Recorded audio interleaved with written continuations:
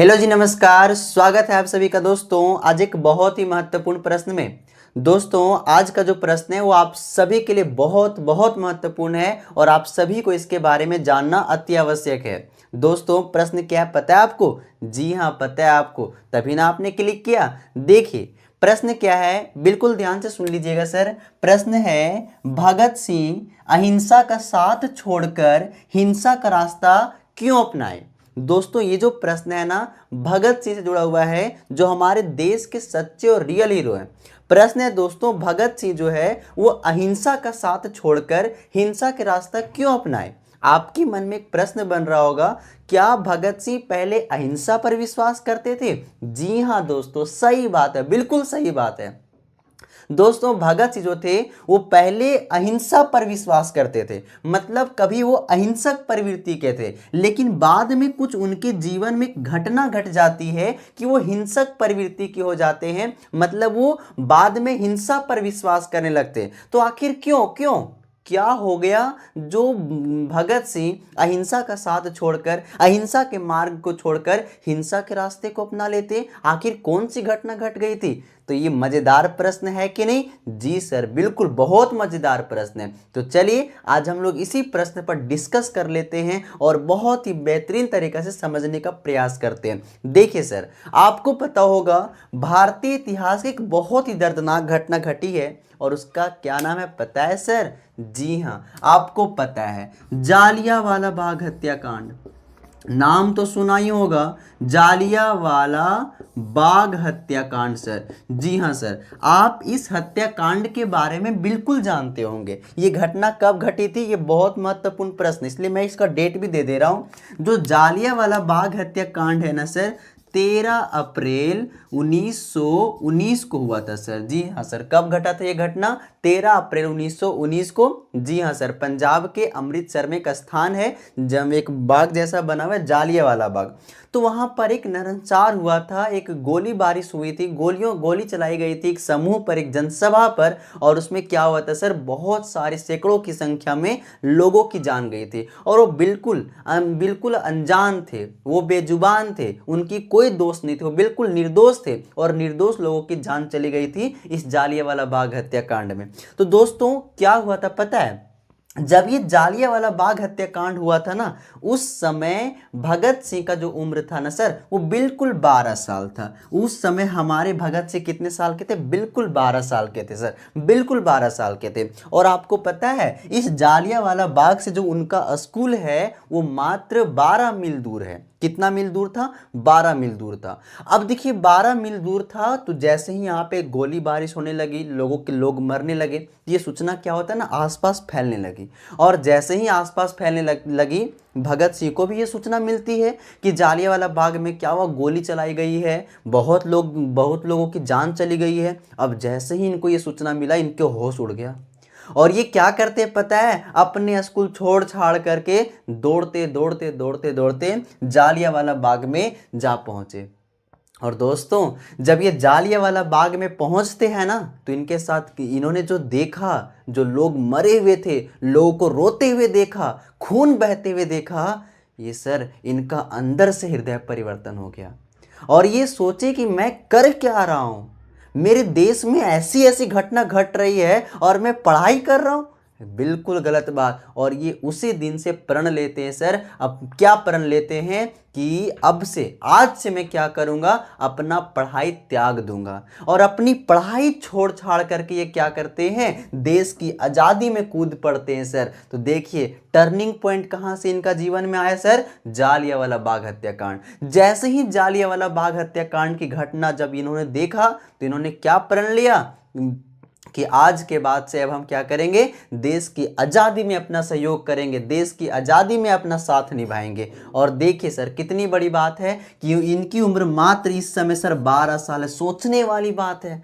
एक छोटी सी उम्र, बिल्कुल 12 साल का उम्र है सर, और इस 12 साल की उम्र में भगत सिंह क्या कर रहे हैं, अपने देश की आज़ादी में अपना संघर्ष को, अपना साथ दे रहे हैं, अपना साथ उनको निभा रहे हैं, है ना सर? देखिए कितनी छोटी उम्र है। तो देखिए सर, बस 12 12 साल की उम्र में जालियांवाला बाग हत्याकांड के बाद इन्होंने प्रण ले लेते हैं कि अब अपनी स्कूल छोड़ छाड़ करके, अपनी पढ़ाई छोड़ छाड़ करके क्या करते हैं, देश की आज़ादी में जो भी लड़ाई हो रही थी उनमें अपना सहयोग देना शुरू कर देते हैं। इसके बाद दोस्तों पता है उस समय ना भारत में ना किसानों के भगवान के रूप में प्रचलित थे। कौन पता है? गांधी जी। जी हाँ, सही सुना आप। जो गांधी जी जब 1915 में भारत आए थे ना, अफ्रीका से भारत लौटे थे, तो उसके बाद जैसे ही चंपारण आंदोलन, खेड़ा आंदोलन, इन आंदोलनों के बाद क्या हुआ था पता है? गांधी जी जो थे वो एक भगवान के रूप में उभरे थे किसानों के लिए, मजदूरों के लिए, तो काफ़ी फेमस थे। और उस समय ना पूरा देश गांधी जी को सम्मान करता था, उनकी बातों को मानता था।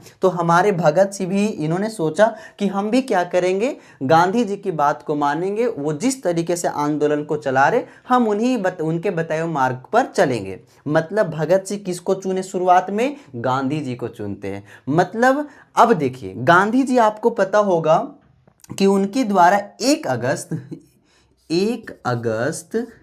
1922 ईस्वी, सॉरी 1920 ईस्वी को, है ना सर, 1 अगस्त 1920 ईस्वी को गांधी जी के द्वारा एक आंदोलन चलाया जाता है। पता है कौन सा आंदोलन? आपको पता होगा, असहयोग आंदोलन। कौन सा आंदोलन सर? असहयोग आंदोलन। देखिए सर, जब असहयोग आंदोलन की शुरुआत की जाती है तो जो हमारे क्या बोलते हैं, भगत सिंह भी थे, वो भी गांधी जी के बताए मार्ग का अनुसरण करना शुरू कर देते हैं। आपको पता होगा असहयोग आंदोलन का मेन उद्देश्य क्या था कि अंग्रेजों का सहयोग नहीं करना है और अंग्रेजों के सामानों का बहिष्कार करना है। लेकिन सबसे बड़ी बात यह थी कि असहयोग आंदोलन जो होगा वो एकदम अहिंसात्मक ढंग से होगा, इसमें हिंसा का प्रवेश बिल्कुल भी नहीं होने देना है। भगत सिंह भी बेचारे इन्हीं के बताए मार्ग पर चलते थे और ये भी रैलियों में, जुलूसों में भाग लेना शुरू कर दिए। स्कूल की पढ़ाई तो पहले छोड़ ही चुके थे। मतलब अहिंसात्मक तरीके से ये भी आंदोलन चला रहे थे। मतलब भगत सिंह भी विश्वास करते थे कि अहिंसा से क्या हो जाएगा, हमारे देश की आज़ादी मिल जाएगी, इसमें हिंसा कोई बात नहीं है। मतलब अगर हम लोग अहिंसात्मक तरीके से भी आंदोलन चलाते हैं तो देश को आज़ादी मिल सकती है। अभी तक किनका ख्याल है? हमारे छोटे, है ना, हमारे छोटे भगत सिंह का। अब देखिए भगत सिंह के जीवन में कहां से एक और टर्निंग पॉइंट लेता है सर। आंदोलन मस्त ये भी चला रहे थे, गांधी जी के बताए हुए मार्ग का अनुसरण कर रहे थे, उन्हीं के मार्ग पर चल रहे थे, अहिंसात्मक तरीके से ये भी आंदोलन कर रहे थे सर। लेकिन आपको पता होगा सर, एक बात आपने जानते होंगे सर, क्या पता है? आपको पता होगा सर कि 2 साल में इस असहयोग आंदोलन में एक बहुत ही बड़ा कांड हो जाता है सर। पता है क्या होगा? 4 फरवरी, जी हाँ सर, 4 फरवरी 1922 को सर एक चोरी चोरा की कांड हो जाता है सर। चोरी चोरा कांड, है ना। आपको पता होगा उत्तर प्रदेश के बैरकपुर में एक स्थान है चोरी चोरा, है ना, कस्बा गांव है। और यहाँ पर क्या था, जो असहयोग आंदोलन के जो आंदोलनकारी थे वो मौके का फायदा उठाते हैं और क्या करते हैं, पुलिस की चौकियाँ रहती है वहाँ पे आग लगा दी है। और जब आग लगा देते हैं तो क्या होता है सर, आपको पता होगा 22 पुलिस कर्मचारी मर जाते हैं। 22 पुलिस कर्मचारी, जो अंग्रेज पुलिस कर्मचारी थे, अंग्रेज नहीं थे लेकिन वो अंग्रेजों के यहाँ काम करते थे, तो 22 पुलिस कर्मचारी जो हैं वो मारे जाते हैं।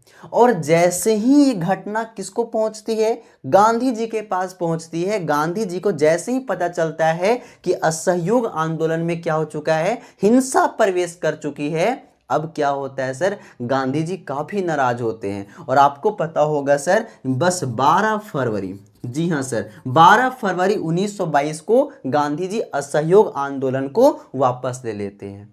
लेकिन पता है, गांधी जी जैसे ही असहयोग आंदोलन को वापस लिए और ये सूचना जैसे ही हमारी छोटे भगत सिंह को मिलती है, ये बड़ा दुखी होते हैं।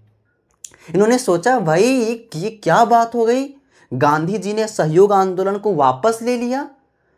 बड़ा दुखी होते हैं। ये सोचते इनके मन में एक प्रश्न बन रहा होता है कि अंग्रेज जालियांवाला बाग हत्याकांड में हम भारतीयों पर गोली चलाने से जरा सा भी हिचकिचाए नहीं, है ना।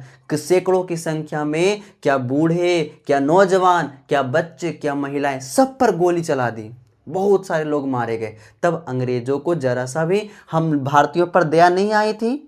आज यहां पर 22 पुलिस कर्मचारी क्या मर गए, गांधी जी को दया आ गया और वो असहयोग आंदोलन को वापस ले लिए।